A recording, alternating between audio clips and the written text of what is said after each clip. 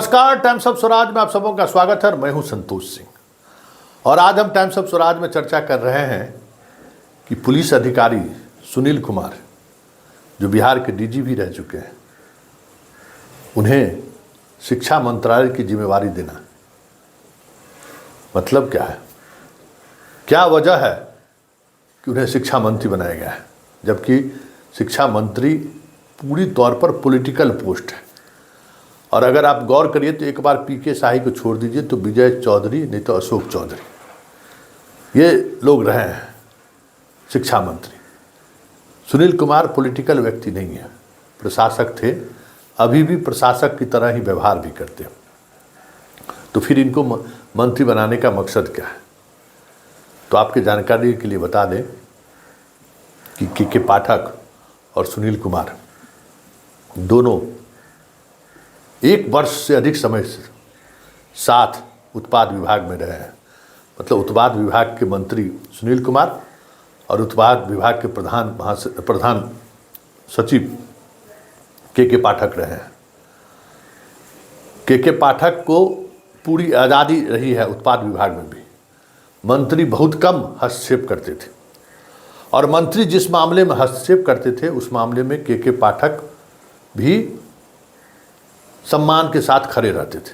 अगर कुछ मसले पर अगर मंत्री ने हस्तक्षेप किया कि नहीं ये सही नहीं है तो फिर के पाठक उसको स्वीकार कर लेते थे। शिक्षा विभाग में सुनील कुमार को भेजने के पीछे हमें लगता है कि मुख्यमंत्री की सबसे बड़ी मंशा यही है कि जो मंत्री और सेक्रेटरी के बीच जो कन्फ्लिक्ट हो रहा है, विजय चौधरी रहे चाहे अशोक चौधरी, ये दोनों में से किन्हीं को भी अगर ये मंत्रालय सौंपा जाता तो ये जो कन्फ्लिक्ट है ना वो और बढ़ता। अजय दोनों को के बस के बाहर की चीज़ है के पाठक, उसको नहीं संभाल पाते क्योंकि बहुत तरीके का पॉलिटिकल पैरवी भी इन लोगों के पास आता है, बहुत तरीके का अपना दुकान भी है जो जो जो साधने की कोशिश करते हैं।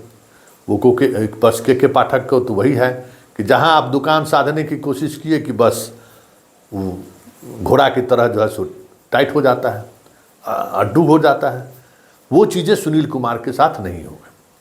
सुनील कुमार बेदाग पदाधिकारी रहे हैं, ईमानदार पदाधिकारी रहे हैं और एक एसपी के रूप में भी, आईजी के रूप में भी और डीजी के रूप में भी उनके दामन पर कोई दाग नहीं लगा है। इतने ही मृदुभाषी, व्यवहार कुशल और कलम के मामले में मजबूत पदाधिकारी में इनकी पहचान रही है।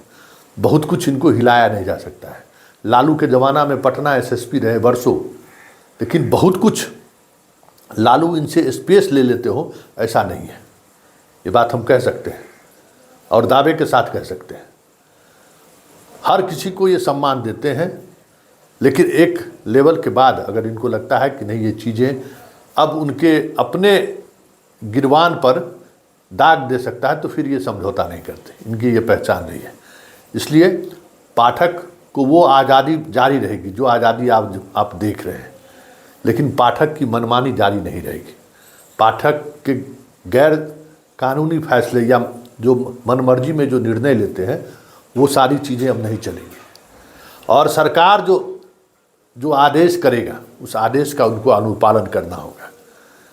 विजय चौधरी या अशोक चौधरी स्कूल के टाइमिंग को लेकर कितनी मजबूती के साथ अपर मुख्य सचिव से बात कर पाते या फिर आदेश करते मुझे नहीं मालूम है, लेकिन सुनील कुमार आदेश कर सकते हैं और सुनील कुमार के आदेश को मानना उनकी बाध्यता होगी क्योंकि कानूनन तौर पे सुनील कुमार भी उतना ही अच्छे जानकार हैं और उनको पता है कि विधायिका क्या है और कार्यपालिका की हैसियत क्या है और कहाँ विधायिका कार्यपालिका को लील डाउन करा सकता है, कौन सा वो जगह है वो भी वो समझते हैं क्योंकि वो दोनों अनुभव उनके पास है।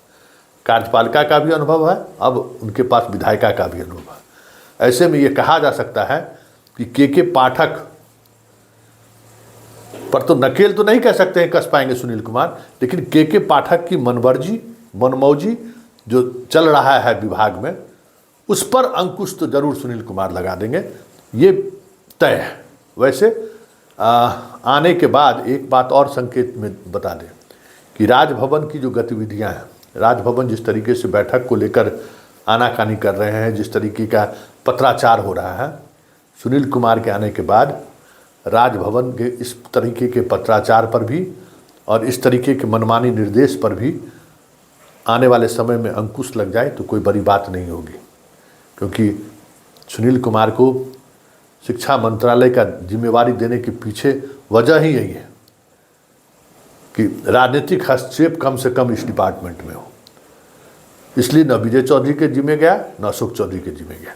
मतलब पूरी तौर पर नॉन पॉलिटिकल लोगों के जिम्मे शिक्षा विभाग को नीतीश ने सौंप दिया है। दोनों ब्यूरोक्रेट, मंत्री भी ब्यूरोक्रेट और सेक्रेटरी भी ब्यूरोक्रेट। और अब ब्यूरोक्रेसी के सहारे अब देखना यह है कि बिहार की शिक्षा व्यवस्था को लेकर जो चीज़ें चल रही हैं उसको किस तरीके से आगे बढ़ाया जाता है। लेकिन ये फैसला नीतीश कुमार का हमें लगता है कि आज की परिस्थिति में बिहार के शिक्षकों को भी, शिक्षा से जुड़े हुए लोगों को भी आने वाले समय में बहुत सारी चीज़ें बदलती हुई आपको दिख जाए तो कोई बड़ी बात नहीं होगी।